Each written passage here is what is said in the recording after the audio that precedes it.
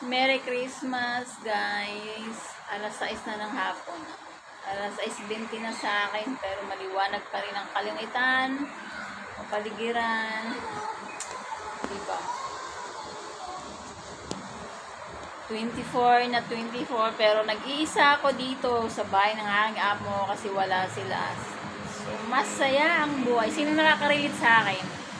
Na mga kaante na kahit nag-iisa, masayang pakiramdam kasi walang trabaho, walang hugasin, walang pagod. So, diba ang saya? Merry Christmas again sa inyo! Ang ganda pala pag maliwanag, ano?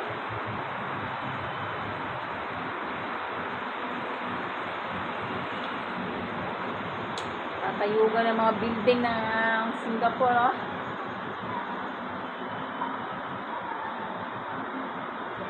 Mas lamig ang simoy ng hangin, pansit kanton lang ang aking. Walang pagkain ngayon kasi walang handa, walang loto. Pansit kanton lang, sapat na.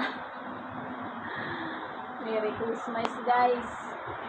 Mga pamilya ko na sa Pinas, Merry Christmas!